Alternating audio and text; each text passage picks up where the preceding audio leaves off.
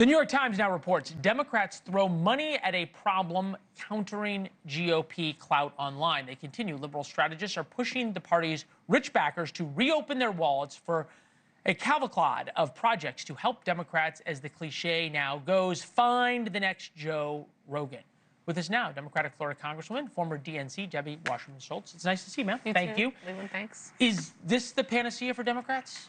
Look, what we're focused on right now is defeating this big, ugly bill that Republicans in the dark of night are trying to ram through so that... Never a good look to do it at night. No. Agreed. I woke up at 3:30 in the morning to go testify at the Rules Committee, and, you know, probably by the time I'm done voting You look pretty good for being up to Thank you. There you go. Your makeup artists do a great job. But by the time I go to bed tonight, I'll probably have been up for 24 hours straight. If we vote tonight at all, it'll be in the middle of the night when as few people as the Republicans hope are paying attention, because they're yanking health care away from nearly 14 million people. Those are CBO numbers. Those are facts. They are making the largest nutrition assistance cut in American history. And really, they're doing all of this in service to giving making billionaires' tax breaks permanent. And they throw some crumbs at the working families for a couple Increased of years. child tax credit, senior bonus, no taxes on tips, overtime, and car loan interest payments.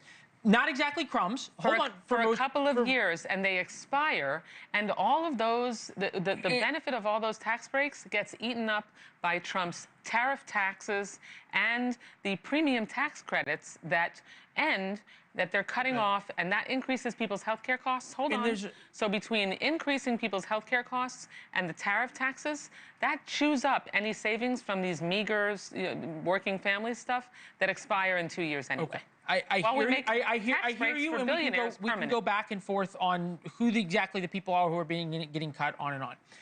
I would submit that Democrats have a larger problem, which is the Joe Biden problem right now, because there is a credibility issue for Democrats. Here is you back on the show July 8th, 2024. Take a listen. The running thread of sentiment that I have gotten from my colleagues is that the overwhelming majority believe that Joe Biden has been the best president we've had in modern times, and that he is our nominee, should be our nominee, and will be our nominee. And I remember that interview because there was a lot of banging behind you at the time, and you did great and got through the whole thing. So thank you. Point noted. Come on, Democrats are going to have to atone for this and say, look, we screwed up. Be honest about what was going on with Joe Biden.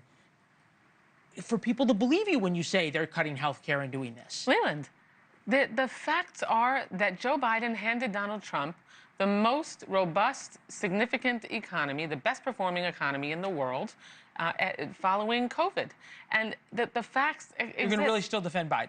I am going to defend Joe Biden and Democrats' policies that reduced prescription drug costs for millions of Americans, that began bringing chips manufacturing back to the United States, that made the largest investment in infrastructure through the reinvestment in the American Reinvestment and Infrastructure Plan, that passed the Inflation Reduction Act. We've gone through the list before. I get that. Well, I'm going to go through it again because those are the facts. Joe Biden and congressional Democrats made life better for working families, for everyone, and cut taxes for the middle class on a much longer-term basis. Those are the facts. I hear the argument. Donald Trump approval rating, and then I'll give you the last word. 55%, 44%. 55% now approve of the job Donald Trump's doing, an 11-point above-water rating. Don't Democrats need something different than how bad Donald Trump is? We certainly have something different than how bad Donald Trump is, but he's pretty bad.